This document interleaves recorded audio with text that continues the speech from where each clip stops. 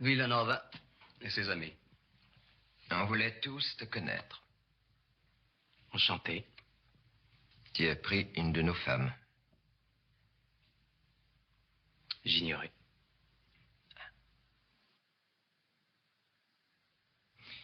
Grâce à lui, tu vas t'en tirer à bon compte.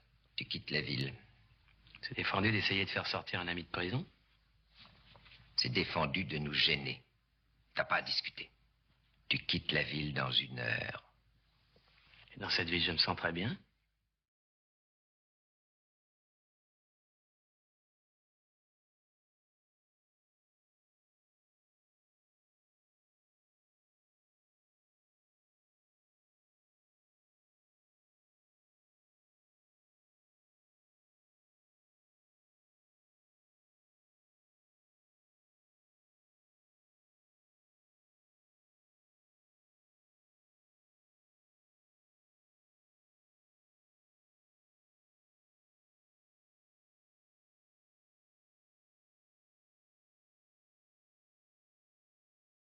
Dommage qu'on puisse pas s'entendre.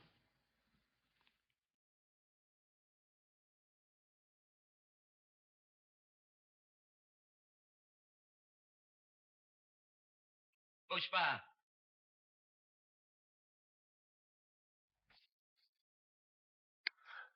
L'Ashkumun de José Giovanni sort en 1972. C'est du Belmondo au sommet de sa carrière, qui en même temps n'a pas démarré depuis tellement longtemps, parce que entre son premier film À bout de souffle, qui sort en 1960, et L'Ashkumun, il y a 12 ans. C'est peu de choses, mais entre-temps, Jean-Paul Belmondo s'est hissé au sommet du cinéma français, avec Alain Delon d'ailleurs. Ce sont deux étoiles filantes qui sont apparues au firmament du cinéma français et qui s'y sont accrochées pour longtemps. Jean-Paul Belmondo, Bébel, c'est un mythe, c'est très difficile d'en parler et facile en même temps, mais il faudrait essayer d'en parler un peu différemment. C'est un peu ce que j'essaie de faire à chaque fois dans cette petite série, de vous parler d'acteurs, d'actrices, mais de façon un peu différente, à travers un film, en partant d'un film, d'un postulat de départ. Mais bien sûr, avant L'Ashkumun, commençons par le début. Et la carrière de Jean-Paul Belmondo, en fait, est presque un accident, parce que c'est quelqu'un qui se destinait plutôt au théâtre qu'au cinéma. Et plutôt que de parler, comme toujours, il vaut mieux écouter l'intéressé nous raconter les choses. Voici un premier document qui date de quelques mois après la sortie d'À bout de souffle. À bout de souffle qui va être une révolution dans le monde du cinéma, et pas seulement du cinéma français. Beaucoup de réalisateurs d'autres pays, notamment américains, vont être tout à fait aimantés par ce film, et Godard a créé quelque chose. Mais Godard, avant tout, j'ai envie de faire le parallèle avec le titre du film de Roger Vadim qui a fait connaître au monde entier Brigitte Bardot, et Dieu créa la femme. Et là, on serait tenté de dire, et Godard créa Belmondo. Voici une première interview de Jean-Paul Belmondo. C'est une interview peu de temps après la sortie d'À bout de souffle. Vous allez voir un tout petit jeune homme avec une voix assez fluette qui a presque peur de déranger, et il nous raconte comment il est arrivé dans le cinéma et d'où il vient et comment il voit son métier d'acteur. On se retrouve juste après. Je vais vous montrer plusieurs documents qui vont se compléter, parce que Bébel ne dit pas tout d'un seul coup. Il faut lui tirer les vers du nez. Il est interviewé par Pierre-André Boutang. Jean-Paul Belmondo. Avant À bout de souffle, vous étiez un des 10 plus brillants jeunes comédiens de Paris. Ce film a fait de vous une vedette. Avant de le jouer, qui étiez-vous? Qu'est-ce que vous faisiez? Avant de le jouer, j'ai fait 3 ans de conservatoire et j'ai joué pendant 9 ans au théâtre, sur les boulevards. Il y a toute une légende autour de votre carrière au conservatoire. À quoi correspond-elle? Vous étiez brillant, chahuteur, quoi encore? Correspond à, justement, on était un petit groupe de camarades qui maintenant jouent très bien à la comédie aussi, qui sont arrivés. Et on était un peu en marge des autres, c'est-à-dire qu'on venait pas en cravate et qu'on faisait des petits chahuts de temps en temps. Vous êtes passé à la comédie française aussi? Oui, très rapidement, stagiaire car en troisième année de conservatoire, on est forcé de rentrer à la Comédie Française. Comme j'avais pas du tout envie d'y rentrer, je suis rentré avec un camarade qui s'appelle Jean-Pierre Mariel et on a un peu chahuté là-dedans. Enfin, on s'est fait mettre à la porte au bout de 6 mois. Quand vous avez joué à Bout de Souffle, est-ce que vous vous êtes rendu compte que ce rôle allait décider de votre carrière? Non, pas du tout. On a essayé de faire coïncider le personnage de Bout de Souffle avec vous-même. Que pensez-vous de cette coïncidence? Je trouve qu'il n'y a aucune coïncidence entre le personnage Michel Poicart et moi. Sinon que je fume et qu'il fume beaucoup. Mais sinon, j'ai fait mon métier d'acteur, j'ai interprété un personnage, mais enfin, c'était pas moi du tout. Pourtant, vous avez laissé dans les bars de Saint-Germain-des-Prés le souvenir d'un aimable noctambule, plutôt bagarreur, mais tout de même une certaine ressemblance entre ce que vous êtes dans À Bout de Souffle et ce que vous avez été en ce temps-là. Non, justement, parce que dans À Bout de Souffle, il est plutôt désespéré, parce que moi, je faisais ça dans la joie. Toujours. Toujours, oui, même les bagarres. Mais dans quelle mesure Godard, en faisant À Bout de Souffle, a utilisé vos tics, votre démarche, votre façon de fumer, comme caractéristique d'un héros? C'est-à-dire qu'il s'en est servi dans le sens qu'il m'a laissé ma démarche, qu'il m'a laissé fumer comme j'avais envie de fumer, sans me dire de mettre la cigarette à tel endroit ou à tel endroit, c'est tout. Et qui vous a laissé parler comme vous aviez envie de parler. Voilà, exactement.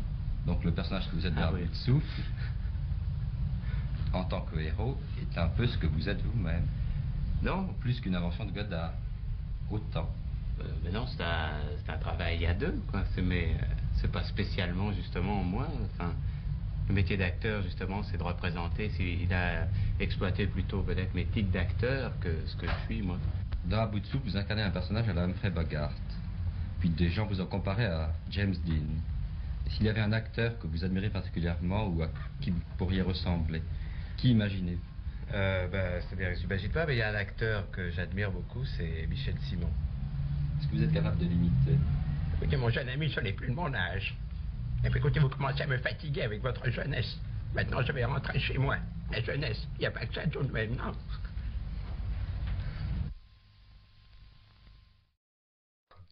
D'ailleurs, cette imitation de Michel Simon, Belmondo la fera souvent dans des émissions de télévision et avouez quand même qu'elle est extraordinaire. Si vous n'avez pas vu Michel Simon, regardez vite une vidéo, un extrait de film, et vous verrez que l'imitation de Jean-Paul Belmondo est tout à fait parfaite. Deuxième extrait, c'est 1 an après l'interview que vous venez de voir, et c'est sur le tournage de Cartouche. Cartouche, c'est vraiment le Belmondo jeune, bondissant, avec un panache extraordinaire, et c'est la première collaboration avec Philippe de Broca, et Dieu sait qu'ils vont faire des films extraordinaires tous les deux. Et là encore, Belmondo va revenir sur sa rencontre avec Jean-Luc Godard.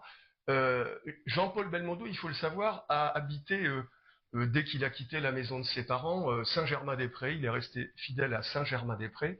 C'est là qu'il a rencontré énormément de personnes. Il va s'étendre un peu plus longtemps dans cet extrait sur la rencontre avec Jean-Luc Godard, et il faut bien voir que dans la vidéo que j'avais faite sur Alain Delon, je vous avais expliqué qu'il y avait quand même 2 légendes à propos de ces 2 acteurs qui sont, je dirais, les 2 faces d'une même pièce.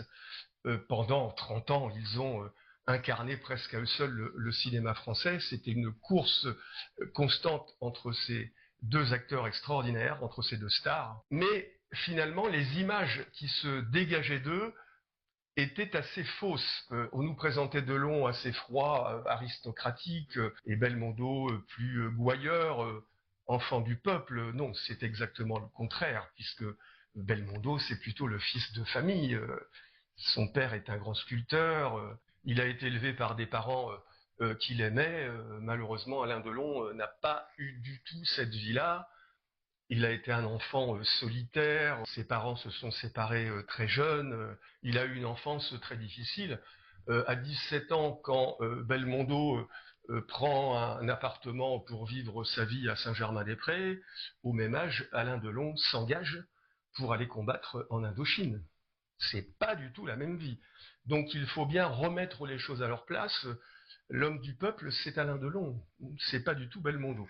Mais ça n'enlève rien du tout au personnage de Bébel et à sa gouaille. Et donc je pense qu'il est important quand même de remettre un peu les choses à leur place pour mieux comprendre comment se sont bâtis les légendes entre ces deux acteurs. Et l'histoire de Belmondo, c'est aussi l'histoire de quelqu'un, comme il le dit dans une autre interview qu'on entendra tout à l'heure, qui est né sous une bonne étoile et qui peut-être, comme on se construit toujours contre quelque chose, a voulu devenir un peu le voyou et celui qui sort un peu des clous. Et il a construit une image très différente de celle qui aurait dû être la sienne s'il était resté dans cette route qui était toute droite tracée devant lui.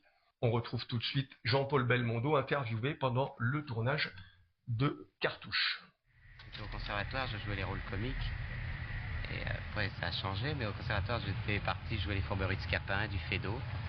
Après, j'ai joué sur le boulevard avec Pierre Brasseur, j'ai joué des vaudevilles. Et de là, j'ai rencontré Jean-Luc Godard à Saint-Germain-des-Prés. Et on a lié une amitié. Et il m'a dit, le jour où je ferai un film, ce sera toi qui le feras. Une amitié d'homme ou une amitié de métier? Non, une amitié d'homme, parce que de métier à l'époque, lui, il était critique à art et au cahier du cinéma. Et c'était une amitié de bistrot, comme ça, on s'est connus. Et effectivement, quand il a fait son premier film, il m'a fait faire À bout de souffle. L'amitié est une grande chose, et dans ma carrière, ça a compté énormément, parce que je dois beaucoup à Godard. Et à Truffaut, tout ça, même, qui en dehors en coulisses ont parlé de moi et sont arrivés à convaincre les producteurs que j'avais une chance quand même de m'en sortir. J'ai fait 3 ans de conservatoire, et j'ai joué pendant quand même 10 ans au théâtre. J'ai quand même appris mon métier. Et je crois que justement les gens se trompent beaucoup. Souvent avec moi, on croit que j'ai été trouvé comme ça à Saint-Germain-des-Prés. Mais j'ai appris mon métier pendant longtemps. Et je trouve que ça ne s'improvise pas d'être acteur, je crois pas. Je vais vous proposer tout de suite de regarder quelques images d'À bout de souffle pour ceux qui n'ont pas vu le film. Bon, personnellement, je ne suis pas du tout un admirateur des films de Godard. Ça n'enlève rien à son talent et il s'en remettra. Mais il a créé quelque chose qui n'existait pas avant lui, même s'il n'est pas le premier à avoir sorti les caméras de ses studios. Marcel Pagnol l'a fait bien avant lui. Mais en tout cas, ce film a créé un électrochoc dans le cinéma mondial. Et j'ai choisi juste des images très brèves, mais qui résument tout à fait l'esprit de ce film.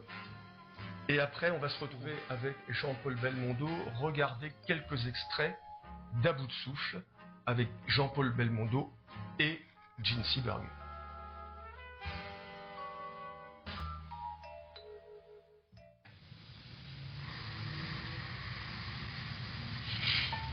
Je vous regarde jusqu'à ce que vous me regardiez plus. Moi aussi.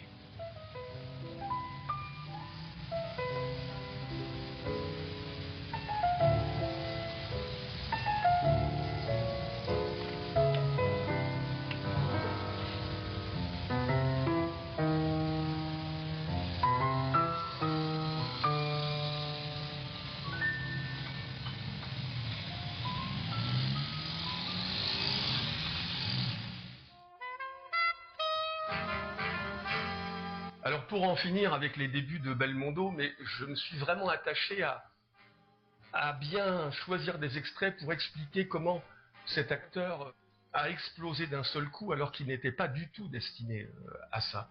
Et voici un dernier document qui date de 1961. Je vous ai choisi 3 interviews à 1 an d'écart à chaque fois. Là, cette fois, c'est sur le tournage de Week-end à Zuidcote, qui est un film extraordinaire, film d'Henri Verneuil, où Jean-Paul Belmondo revient encore sur ses débuts pour le journaliste qui va l'interviewer. Et alors, ce qui est amusant, c'est qu'à la fin de cette interview, vous allez voir, en fait, on filme hors champ les filles de Jean-Paul Belmondo. Il est venu avec sa famille, sa femme et ses enfants pour cette interview. Là, vous voyez qu'on a complètement changé d'époque. Aujourd'hui, ce genre d'image serait tout à fait impossible à tourner.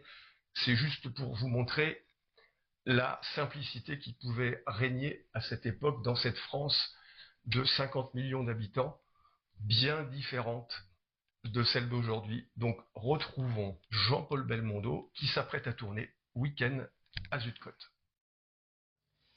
Faire du théâtre, j'ai eu envie assez tôt, mais c'était pas exactement du théâtre, je voulais être clown. J'allais souvent au cirque. Puis avec des camarades, je sais pas, quand j'avais 14 ans, on faisait des petits numéros comme ça de clown, pour nous. Et puis après, mon père avait un ami qui s'appelle André Bruno, qui était sociétaire de la Comédie Française. Alors j'allais souvent au théâtre, et mon envie de clown est passée à devenir acteur. Étant donné que mon père était sculpteur, et que mes études n'avaient pas été très brillantes, et que je faisais plutôt de la boxe et du football, mon père était plutôt content de me voir partir dans un métier artistique plutôt que sportif. J'étais en dernière année, j'ai passé une pièce de Feydeau qui s'appelait Amour et piano, et puis ça avait pas mal marché, enfin j'ai eu du succès, et on m'a rien donné. Et alors mes camarades m'ont porté en triomphe sur la scène, et Jean m'avait appelé, ça a fait un petit scandale au conservatoire. Et pendant tout ce temps-là, vous faisiez de la boxe? Oui, oui, et je jouais en même temps, pendant que j'étais au conservatoire, j'ai joué beaucoup de pièces, enfin des petits rôles, évidemment, des petites apparitions, mais tout ça me donnait du métier. Ben, vous savez, et je crois qu'on n'a pas vraiment une seule chance, il y en a plusieurs. Je crois que, si vous voulez, les concours du conservatoire, enfin, ma sortie, je crois que c'est une chance de ne pas avoir eu de prix finalement, parce que je serais rentré à la Comédie Française si j'avais eu un prix. Je n'ai rien contre la Comédie Française, mais j'aurais peut-être pas fait la carrière au cinéma que j'ai fait. C'était déjà une chance. Et je veux dire, d'avoir été porté en triomphe, ça fait parler de moi. Puis ma seconde chance, je crois, c'est d'avoir rencontré Jean-Luc Godard, qui m'a fait tourner À bout de souffle. Et puisqu'À bout de souffle m'a lancé au cinéma, puisque jusqu'à présent, je jouais au théâtre, mais enfin au cinéma, on disait que j'avais une tête un peu curieuse et qu'on ne me voyait pas tellement dans les rôles que je joue maintenant. Vous avez la gentillesse de venir ce soir avec vos deux petites filles, avec madame. Belmondo en famille, est-ce qu'il est très gentil, très calme, ou bien est-ce qu'il reste un peu le Belmondo de l'écran, qui devrait plutôt être un peu difficile à vivre, celui-là? Oui. Non, je crois que la vie privée et le cinéma, ça fait deux. Et dans la vie privée, je suis tout ce qu'il y a de plus normal. Et je veux dire, dans le cinéma, souvent, on a un peu une étiquette. Je veux dire, parce que si par exemple, vous jouez un type qui se pend en haut des maisons, tout le monde s'imagine qu'on passe son temps à faire ça dans la vie. Mais justement, quand c'est terminé, aussi bien les rôles de gangsters ou les mauvais garçons, on laisse ça au vestiaire, comme on dit en sport. Alors je ne sais pas si vous avez vu les deux films, Un nommé La Rocca et La Shkumun. Personnellement, bien sûr, je préfère largement La Shkumun. Il y a la patte de José Giovanni. C'est bien sûr un polar, mais c'est un film d'aventure. Il y a un mouvement. Jean Descartes a fait un film plus classique, plus statique, plus introspectif. Mais il est clair que je pense que Belmondo a largement préféré tourner avec Giovanni. Et pour moi, ce film est un des meilleurs polars qui tourné Jean-Paul Belmondo. Alors, dès que je peux, j'aime, si je trouve bien sûr la vidéo, vous passer un petit souvenir de Pierre Tchernia, de Monsieur Cinéma. L'émission après s'est appelée Le Dernier des Cinq. Elle était diffusée le dimanche après le déjeuner. Et généralement, dans l'émission, il y avait toujours une vedette qui venait présenter son film. Et ce jour-là, Jean-Paul Belmondo venait présenter La Shkumun, très simplement décontracté, comme il savait l'être. Donc je vous propose de nous rendre tout de suite sur le plateau de Pierre Tchernia et de retrouver Bébel. Et j'ai maintenant le plaisir de vous présenter notre invité de la semaine, Jean-Paul Belmondo. Jean-Paul Belmondo qui vient inaugurer cette nouvelle série, Le Dernier des Cinq. Vous aviez trouvé, vous, des tas de choses, là? Ah, j'en ai trouvé un peu, oui, mais pas tout. Dites-moi, Jean-Paul, je suis heureux de vous voir parce que nous n'avons pas eu la chance de vous voir à Monsieur Cinéma quand est sorti le film de Chabrol, Docteur Popol. Oui, j'étais parti faire la Shkumun. Et voilà que maintenant vient de sortir La Shkumun, qui s'écrit la Shkumun. Expérience la Shkumun. Oui. On pourrait peut-être d'ailleurs expliquer ce que c'est que ce mot. Oh, c'est facile, la Shkumun, ça veut dire le malheur, la poisse. C'est-à-dire quand on a la poisse, on dit j'ai la Shkumun. Et là, pour le film, il porte la Shkumun à ses adversaires, parce qu'il les tue tous. Oui, mais c'est un beau personnage que vous avez dû avoir. Oui, un très beau personnage, oui. Et puis vous faites un couple passionnant, je trouve, avec Michel Constantin. Oui, on s'est très bien entendu. On avait déjà tourné ensemble il y a longtemps. Et lui aussi, c'est un sportif. On a souvent fait des sports ensemble. Et je crois qu'on va bien ensemble comme personnage. Donc on a eu le plaisir de vous voir depuis 2 mois dans La Shkumun, qui est toujours en exclusivité, dans Docteur Popol, qu'on peut voir encore à l'État de Cinéma à Paris, qui est un personnage complètement différent. Alors là, ah oui, complètement différent, très Chabrol, que j'adore, j'aime beaucoup Chabrol, et là c'est un personnage, disons, plus farfelu que dans La Shkumun, où José Giovanni pour moi, est un des rares en France qui raconte bien les films d'aventure, parce que chez nous, finalement, on n'a pas de western. Alors, le seul moyen de rejoindre un petit peu le western, c'est les films policiers, les films d'aventure plus que de films policiers d'ailleurs, parce que Lâche Commune est plus un film d'aventure vraiment qu'un film policier. C'est-à-dire que notre western, nous, c'est la cape et l'épée. Quand vous jouiez cartouche avec de Broca... Oui, c'est ça, c'est les deux endroits où on peut aller, parce que je pense pas que je pense que si les Français faisaient demain des westerns, ça serait quand même curieux. Et je me souviens d'ailleurs que vous avez été d'Artagnan à la télévision. Ben oui, la seule télévision que j'ai fait d'ailleurs, c'était Les Trois Mousquetaires. Il y a une douzaine d'années, quelque chose Ah oui, ça comme fait bien 12 ans, oui, parce que j'étais... Avec Barma. Oui, avec Barma, il y avait Claude Rich, Robert Hirsch, Jean Chevrier et Sorano. Et quels sont les projets belmondiens, si je peux dire, dans les mois qui viennent? Eh ben tout de suite, là, comme je viens de faire 2 films, enfin 3 films, parce que je viens de tourner aussi L'Héritier avec Philippe Labro. Je viens juste de terminer ce film à Rome. Oui, ça, on l'attend aussi beaucoup, celui-là. Oui, c'était je crois que c'est un personnage tout à fait différent de ce que j'ai joué de ces dernières années. Et ça, c'est amusant pour moi. J'espère que ça le sera pour le public aussi. Et là, je vais aller en vacances, et puis après, je vais sans doute retourner avec mon ami de Broca. Ah, voilà une très bonne nouvelle. Oui, on va reprendre la vieille équipe, parce qu'on n'a pas eu jusque-là l'occasion de retourner ensemble, malgré qu'on en avait très envie, mais on n'avait pas trouvé de sujet. Et là, je crois qu'on en tient un, alors on va se lancer dans l'aventure. Nous sommes donc en 1972, Belmondo sur Lâche Commune, et Alain Delon, un flic, le film de Melville. Comme je vous disais tout à l'heure, c'est très difficile de parler de Belmondo sans parler de Delon et réciproquement. Et je vous en parle parce que 2 ans auparavant, ils ont tourné ensemble Borsalino, qui est sorti en 1970. Ça a été un succès énorme. On ne les avait jamais vus ensemble en tant que stars, même s'ils avaient joué ensemble, mais étaient des acteurs pas très connus. Mais là, on trouvait les 2 stars au sommet. Et ça a été, malheureusement, à la fois une réussite extraordinaire, un succès populaire fantastique, mais aussi l'origine d'une brouille à cause d'une histoire d'affiche, puisqu'Alain Delon était le producteur, et Belmondo a découvert, quand le film est sorti, qu'au-dessus de leur nom, parce que contractuellement leurs 2 noms devaient être au même niveau, il y avait au-dessus Alain Delon présent. Bon, on ne va pas rentrer dans le détail de cette brouille, mais si je vous parle d'Alain Delon qui, la même année 72, sort Un flic de Melville, c'est parce que Belmondo a tourné 10 ans auparavant, lui aussi avec Jean-Pierre Melville dans le Doulos, qui est un très grand policier de Jean-Pierre Melville. Et je vous propose tout de suite de regarder un extrait d'une interview où on retrouve Jean-Pierre Melville et Jean-Paul Belmondo présenter le Doulos. Et si je vous propose cette interview, c'est parce que juste après, je vais vous faire entendre un document tout à fait intéressant sur les 2 personnages que l'on va voir, et je vais vous expliquer 2-3 choses avant. Mais pour l'instant, regardez Jean-Pierre Melville et Jean-Paul Belmondo nous présenter le Doulos, qui veut dire le chapeau, en fait c'est l'indique en argot des truands, donc ce film qui sort en 1962. Je dois dire que le personnage du Doulos n'est pas un personnage antipathique. Il peut paraître antipathique, mais il ne l'est pas.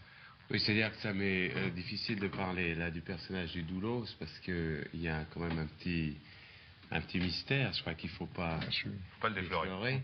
Mais je veux dire, la différence, je crois que dans Un bout de souffle, contrairement à ce qu'on a cru, c'est que c'était pas un gangster, c'était un type égaré.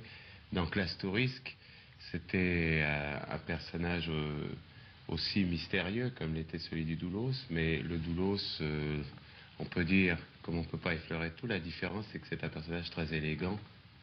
Mon film est un film policier fait dans la mythologie du film policier américain des années 30, avec des règles extrêmement précises, comme pour le western. Je tiens à signaler d'ailleurs que ce sont les mêmes règles, aussi bien pour le film policier que pour le western.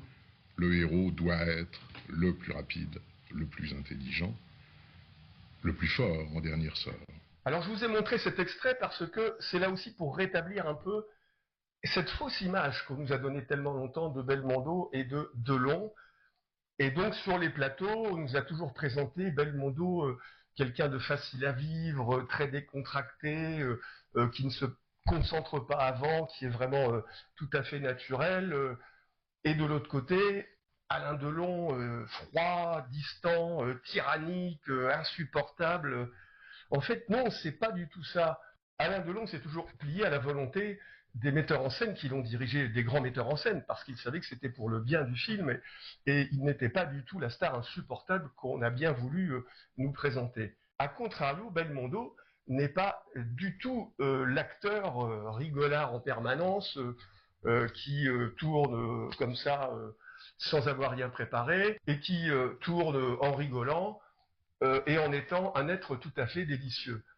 C'est pas du tout ça. Je voulais vous faire écouter, c'est un document sonore pendant le tournage de L'Aîné des Fers chauds, qui est un film de Jean-Pierre Melville. Donc Belmondo avait déjà tourné le Doulos avec lui. Là, donc L'Aîné des Fers chauds, c'est tiré d'un roman de Georges Simenon. On trouve à la distribution Charles Vanel, qui est déjà assez âgé, et donc Jean-Paul Belmondo. Et le tournage va virer au vinaigre, mais totalement, puisque Jean-Paul Belmondo va carrément quitter le plateau. Il sera même très difficile à Melville de continuer le film sans sa vedette. Et je vais vous faire écouter un document sonore où Belmondo pète les plombs et envoie chier, pour dire les mots, Jean-Pierre Melville. Écoutez ce document, vous allez voir que ce n'est pas du tout le bébel qu'on connaît, mais enfin bon, il a quand même le droit de se mettre en colère. Il avait certainement aussi de bonnes raisons, mais il faut dire que le tempérament de Melville et celui de Jean-Paul Belmondo sont quand même assez éloignés l'un de l'autre. Mais écoutez donc ce document de pétage de plomb de Jean-Paul Belmondo sur le tournage de L'Aîné des Fers chauds. C'est 1h moins le quart maintenant. Eh bien, oui, mais écoute, il a raison, merde, parce qu'on nous fait revenir et rien n'est prêt. Faites-nous descendre quand c'est prêt, on n'est pas des guignols. Moi aussi, j'en ai marre, monsieur Melville. Marre et jusque-là. J'en ai ras-le-bol. Parce que moi, je suis pas un guignol. Et moi, ça fait une semaine que j'attends. Et moi, je suis un guignol. Hier, j'ai attendu de 8h jusqu'à 11h. Et ça m'amuse. Et moi, ça m'amuse. J'étais dans ta baignoire. Quand je suis ça pas un couillon, moi. Quand Hier, j'attends en bas, on me dit, monsieur Melville, j'ai ses boutons de manchette. Et bah ça, j'en ai marre. Qu'est-ce que c'est que cette Parce que moi, je jamais les gens gueule, j'en ai marre. Bon, on n'avait pas l'image, mais je pense que le son, quand même, nous donne un peu l'ambiance sur le tournage. Mais bon, personne n'est à l'abri d'un coup de sang. C'est ce qui est arrivé à Jean-Paul Belmondo, qui, quand même, malgré tout, était plutôt quelqu'un de décontracté. Et sa fameuse décontraction, d'ailleurs, l'a souvent desservi, parce qu'on a pensé qu'il ne préparait pas ses films, parce qu'il ne se concentrait pas. Non, je crois que c'est justement, il n'avait pas besoin de se concentrer, c'était sa façon de faire. Mais il y avait derrière tout ça beaucoup de métiers. N'oublions pas que c'est un comédien. Delon est un acteur, Belmondo est un comédien. C'est quelqu'un qui a appris la technique et qui restitue ce qu'il a appris au théâtre. Et sur cette décontraction, j'ai trouvé un document qui est assez savoureux, et c'est lui-même qui en parle. Et après cette interview où Jean-Paul Belmondo parle de cette fameuse décontraction, qui est le mot qui vient tout de suite à l'esprit des journalistes quand il interviewe, il y a juste quelques secondes d'un extrait du tournage de Peur sur la ville avec Henri Verneuil, qui là aussi a été un très très grand succès au box-office. Et vous allez voir surtout la dernière scène, je rigole d'ailleurs en y pensant parce que voilà, c'est du pur bébel, vous allez voir, je ne vous en dis pas plus, mais ça caractérise tellement la façon de tourner de Jean-Paul Belmondo. Écoutez-le. Non, mais c'était terrible, il voulait que tout le monde soit comme ça, sérieux et tout. Moi, je pouvais pas, c'est impossible. D'ailleurs, c'est ce qu'on me reprochait au conservatoire. Non. C'est qu'on m'a jamais pris au sérieux, je me suis retrouvé avec des accessibles, parce que comme je faisais toujours l'idiot dans les couloirs, et je prenais pas une tête, disons, sérieuse, on croyait que je me foutais de mon métier, parce qu'on confond souvent la détente avec le Jean Foutisme, ce qui n'est pas du tout pareil. Et vous savez qu'encore maintenant, quand on vous voit, les gens de l'extérieur se disent bon ben... Oui, tout le monde croit que je m'en fous. Oui, et or c'est pas vrai du tout. Ah non, c'est un métier bien trop difficile pour s'en foutre, et puis je l'aime bien trop pour m'en foutre. Mais je suis détendu dedans, c'est ce qui fait une confusion pour les gens, je crois. Alors vous avez acheté ici, vous êtes content? Vous avez une belle vue, hein? Et pas tant. Hein? Là, je suis plus près, mais je suis descendu plus loin. Quand les années 80 arrivent, évidemment, c'est une nouvelle décennie, et même les héros vieillissent, même s'ils ne veulent pas vieillir. Et là, on voit vraiment un Belmondo différent qui maîtrise totalement toute la chaîne de production de ces films, puisque même les affiches, c'est un style de police de caractère tout à fait particulier, et les films sont un peu des photocopies. Entre le professionnel, le solitaire, le marginal, bon, ce sont des films, on ne sait pas, quand on y pense, quelle était l'histoire de chacun. Mais quoi qu'il en soit, j'ai retrouvé un document où l'on voit Jacques Deray, grand metteur en scène, c'est lui qui avait réalisé Borsalino, qui dirige Belmondo, enfin, si on peut dire diriger, c'est la fameuse scène dans un bistrot de Marseille, où ensuite Belmondo ouvre la boîte à gifles, et rassurez-vous, l'extrait va suivre. Donc vous allez voir comment a été tournée cette scène, et ensuite vous allez voir la scène. Donc je vous propose tout de suite de nous rendre sur le plateau du Marginal. Cut. Too much, fumé. Donnez un peu d'aération. Oui. Fumé, hein.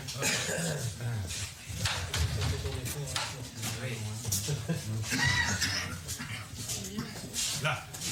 Bon. Ok. Bonjour messieurs. J'ai une petite faim.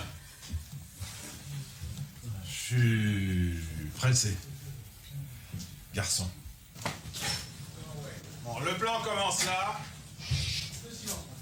Ferme la porte. Bonjour messieurs.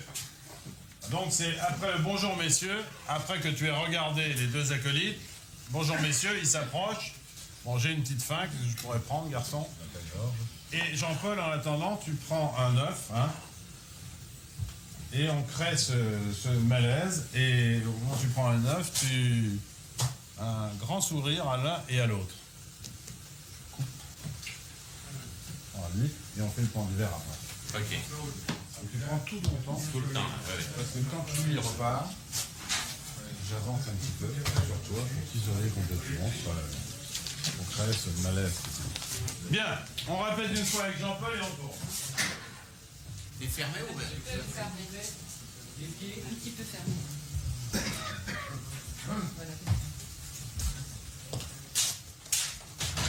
Bonjour messieurs, j'ai une petite faim, je suis pressé, garçon. On répète. Action! Bonjour mesdames. J'ai une petite faim, je suis pressé, garçon. Georges. Ah, très bien, Georges. Donnez-moi... Qu'est-ce que vous avez à proposer? Non, je m'appelle Georges. Non, je m'appelle Georges. Eh bien, saucisse frites.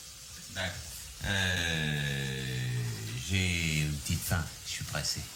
Qu'est-ce que vous avez à me donner? Moi? Oui. Oui. Oh, reste. Deux partout. Maïtero a perdu. Taille break. On a 2-2. Oui. Toi, je l'ai tendu. Voilà. Voilà. Tu me laisses facile maintenant. Couvert de tout là, je m'en faire une rentre chez lui. Moteur.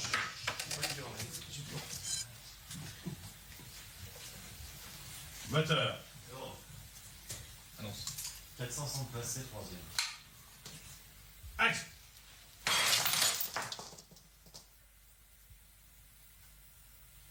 Cut.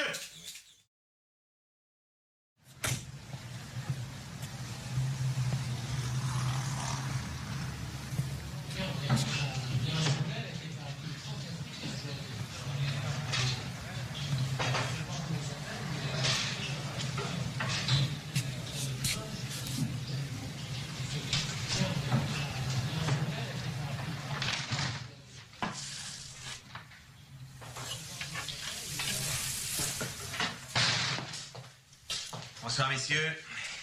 Oui? J'ai une petite faim. Je suis pressé, garçon. Je m'appelle Georges. Alors, Georges, un steak frit.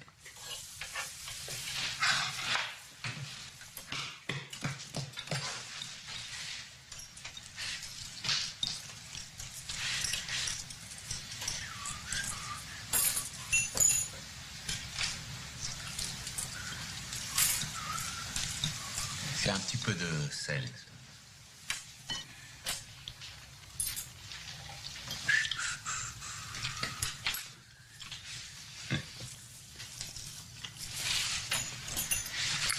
Oh là là là là. Ah, tu es le con. Regarde-moi ça. Ah ouais, bah non, je suis d'une maladresse. Ah ouais, bah, t'as de la place pourtant. Ah bon petit Georges, vous remettez ça, hein.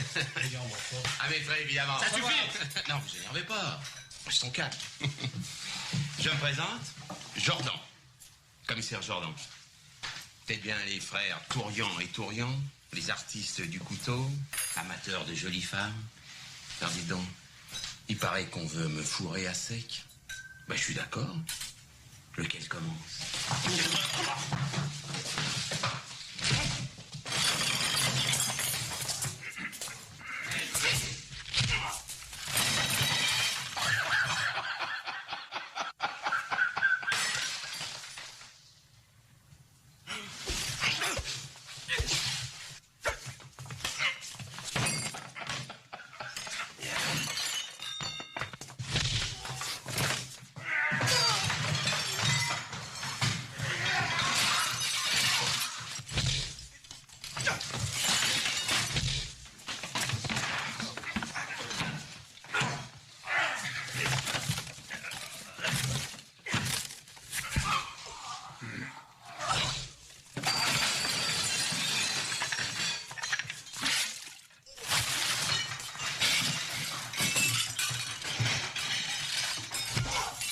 Dans la petite bande-annonce que j'avais fait de ce numéro, j'avais dit que en fait Belmondo avait quand même été un exemple aussi pour beaucoup d'entre nous, notamment bien sûr par sa joie de vivre, par son énergie, la sympathie qui sortait de lui, et aussi le courage qu'il a eu dans la maladie. Et c'est pour ça que j'ai appelé ce numéro Avec le sourire. Et pour finir cette émission, donc j'ai trouvé plusieurs documents et j'ai retrouvé un document qui date de l'année 2000. Il faut savoir que Jean-Paul Belmondo va avoir son AVC en 2001, mais il mourra 20 ans plus tard. Donc sa vie ne s'arrête pas là. C'est toute l'énergie de cet homme qui ne se plaint pas et qui a le sourire. Je crois que c'est le souvenir qu'il nous laisse et qui est une leçon de courage. Et justement, vous allez écouter cette interview qu'il donne à Radio-Canada, et c'est extraordinaire parce qu'il y a quelque chose de prémonitoire dans cette interview. Écoutez bien et pensez que les paroles qu'il va prononcer, quelques mois plus tard, il va être victime de cet AVC, et lui qui est comédien va être privé pendant de longs mois de la parole, il va la retrouver petit à petit, mais ce sera quasiment la fin de sa carrière d'acteur. Regardez ce document et on se retrouve juste après. Il y a des répliques tellement belles dans ces pièces, elles vous restent des toiles, en vous endormant le soir, on y pense, elles sont dans votre tête. Il y en a une que ma mère, que j'adorais, et qui m'a beaucoup aidé aussi dans ma carrière d'acteur, parce que quand tout le monde me disait il est mauvais, il n'a pas un bon physique, j'avais toujours ma mère qui me trouvait elle extraordinaire. Vous me direz comme toutes les mères, heureusement. Mais c'est une mère qui toujours m'a donné confiance, et j'ai eu la chance qu'elle me voie quand j'ai joué Keane. Et il y avait une phrase à un moment donné, il y a un homme qui disait je descends des Plantagenets, je suis ci, je suis ça, et moi je suis répondu monsieur, je descends de personne, je monte. J'ai eu des échecs comme tout le monde et j'en aurai encore, et je ne me prends pas la tête à deux mains quand j'ai un échec. L'échec fait partie aussi de mon métier. Le succès, quand je l'ai, je suis quelqu'un qui... Le succès n'est dû à personne. Donc quand vous l'avez, moi j'ai toujours fêté énormément mes films qui ont très bien marché ou mes pièces qui ont très bien marché, parce que ça ne m'est pas dû. C'est une chose qui arrive, c'est un don du ciel, il faut dire merci. Dans votre cas, ça s'est emparé de vous, le succès. Oui, mais je dis merci tous les jours. Vous savez, quand ça frappe à votre porte, il faut être gentil avec, et j'en suis reconnaissant tout le temps. Mais quand j'ai l'échec, et je n'accuse personne, ça ne veut pas.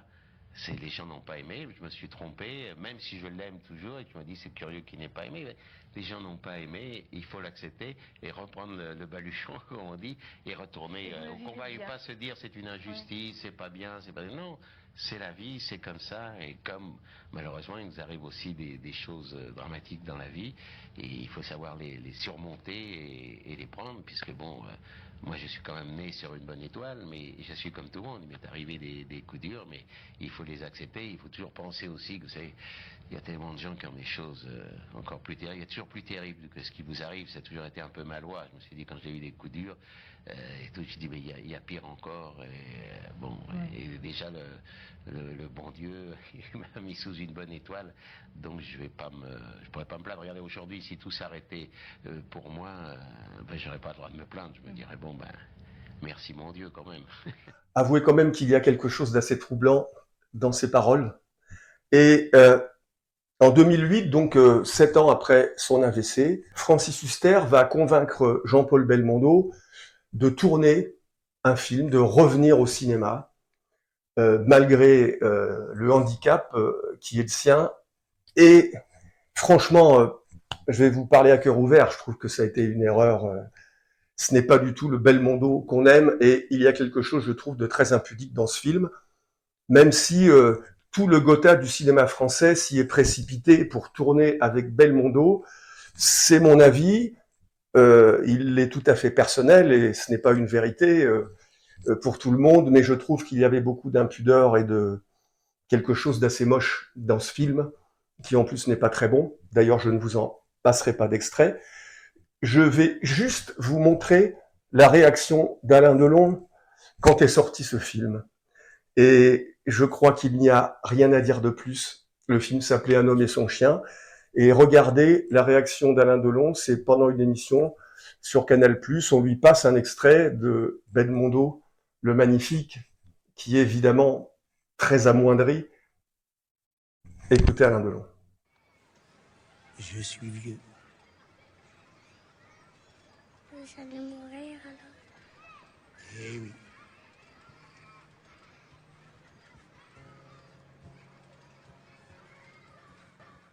J'ai le sentiment que ce film vous fait de la peine. Pardon? Pardon? J'ai le sentiment que ce film vous fait de la peine. Non, je veux pas m'exprimer sur ce sujet parce que j'ai trop... Est-ce que vous l'avez vu d'abord? Non, je n'irai pas le voir. Parce que j'ai trop d'admiration, trop d'affection, trop d'amitié, trop de camaraderie. J'ai joué avec cet homme, j'ai ri avec cet homme, j'ai pleuré avec lui. Et je ne peux pas m'exprimer sur le sujet. Quand vous voyez ça, je peux pas... J'espère simplement qu'il a été heureux, que ça lui a fait du bien, que ça lui a apporté quelque chose. Mais sur le principe, je suis contre tout le reste. Ouais. Jean-Paul, c'est Jean-Paul. On n'a pas le droit de faire certaines choses, de montrer certaines choses. Ouais. Voilà, c'est mon sentiment. Ouais. Et j'ai trouvé un document. Aujourd'hui, tout le monde a un téléphone. On y voit Jean-Paul Belmondo, bien sûr avec sa béquille et avec sa compagne de l'époque, Nati, qui est interpellé dans la rue, bon, par des gens qui n'ont pas inventé l'eau chaude. En plus, leur vidéo sur YouTube, c'est « On se fout de la gueule de Jean-Paul Belmondo ». Bon, je vais pas faire de commentaires rajoutés. Bon, tout ça est assez lamentable, mais je vous montre juste le document pour la réaction de Jean-Paul Belmondo.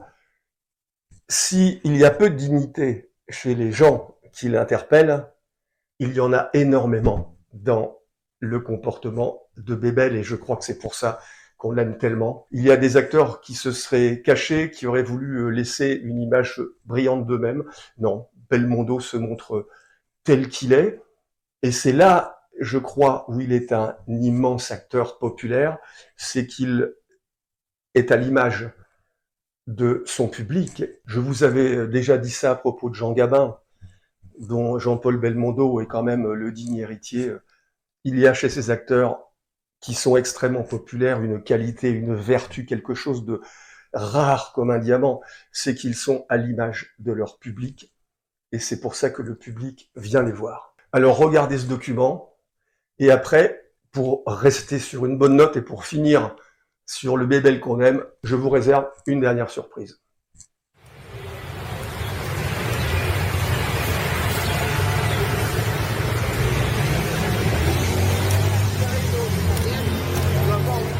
Jean-Paul Belmondo, ça va? Ça va. Fini les cascades. Hein. Ah. Maintenant, il faut payer le prix aussi. Hein. Ah voilà. En tout cas, ça fait plaisir quand même. Hein. Ça fait plaisir. Merci. Voilà.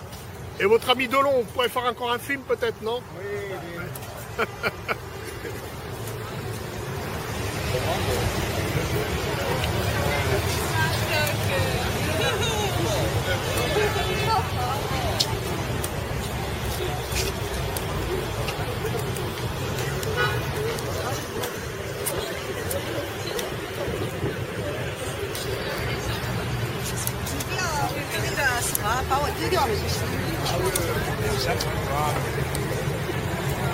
Merci Jean-Paul. Allez. Et à bientôt. À Ça nous fait bientôt. plaisir. C'est votre compagne? Oui. Ah, elle est bien jolie en plus. Hein.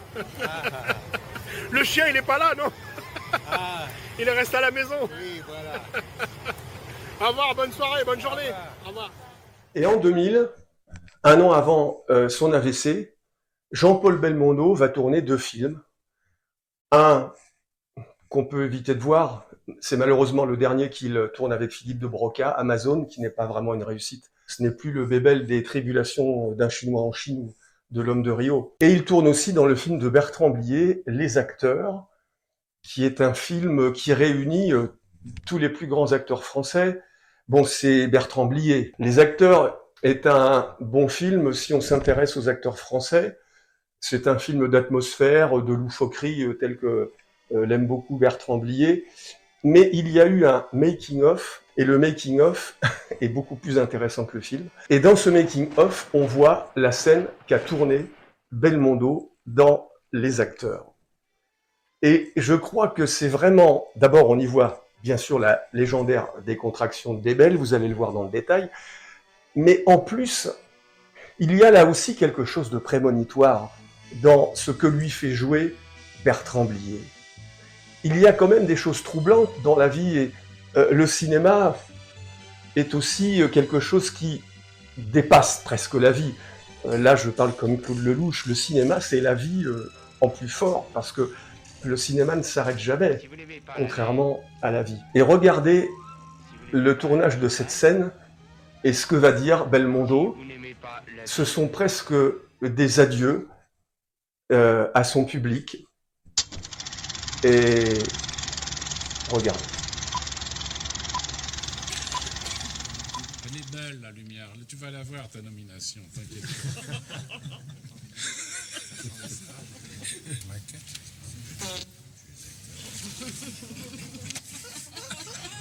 Et saluez. Ah là, ça fait 25 ans que j'attends de tourner avec Belmondo. Et voilà comment je suis récompensé de ma patience. Ah, vous avez voulu la guerre, vous l'avez. Qu'est-ce que je peux pas répondre, j'ai pas de munitions là. Oui, c'était ça un peu faible. Bah non, mais j'ai pas prévu, j'ai pas alimenté. Ah oui, je t'avais prévenu hier, hein, je me préparais. Je sais, c'est cher. Oui. Faut quand même que je vous explique pourquoi je me suis marré. Je suis un mec de bonne humeur. Je suis né de bonne humeur. Et je vais mourir de bonne humeur. Et là, tu prends ta rafale. Tu vois, le cri de douleur et de rire qui se transforme en rire. Hein, et là, vous avez déjà vu un mec mourir en se marrant? Tu vois? Et que je vous dise une chose, vous êtes tous des trous du cul. Allez, fauchez-moi. Découpez-moi en 30. Je suis né comme ça et je vais mourir comme ça et je vous emmerde, hein. Et j'ai jamais fait chier. J'ai jamais fait chier les gens avec les... Ok. Mais ça faut quand même, devant une telle une armée d'enfoirés, on ne sait pas qui c'est, mais c'est quand même des cons. Des critiques, on sait pas. Oui, on sait pas. Ces mecs-là, il faut leur mettre profond. Et puis leur jette ta mort à la gueule. Et faites-en autant, bande de trous du cul. Oui, c'est là que je suis au milieu. Là. C'est au milieu, c'est genre. Ouais, je suis. Tu vois, fais voir. C'est simple, bougez pas. Attends, écoutez-moi, les gars, écoutez-moi. T'es essoufflé. Il faut quand même que je vous explique pourquoi je me suis marré. Je suis un mec de bonne humeur. Voilà, vous comprenez? Ça vous fait chier, ça aussi. Hein? Ah, oui. Je suis un mec de bonne humeur. Je suis né de bonne humeur. Hein? Bah Et je vais mourir de bonne humeur. Encore plus fort. Vous chez moi? Découpez-moi en tranches.